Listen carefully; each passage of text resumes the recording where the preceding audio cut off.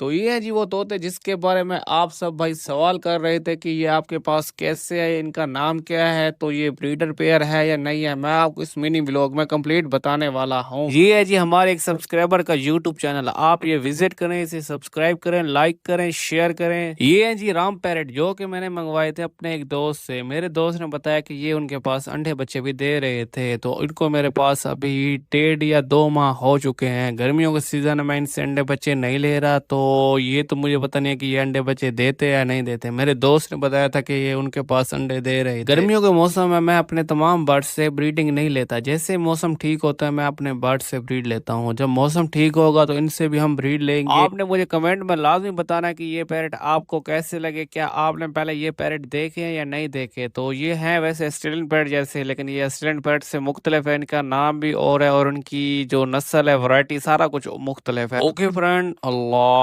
हाफिज।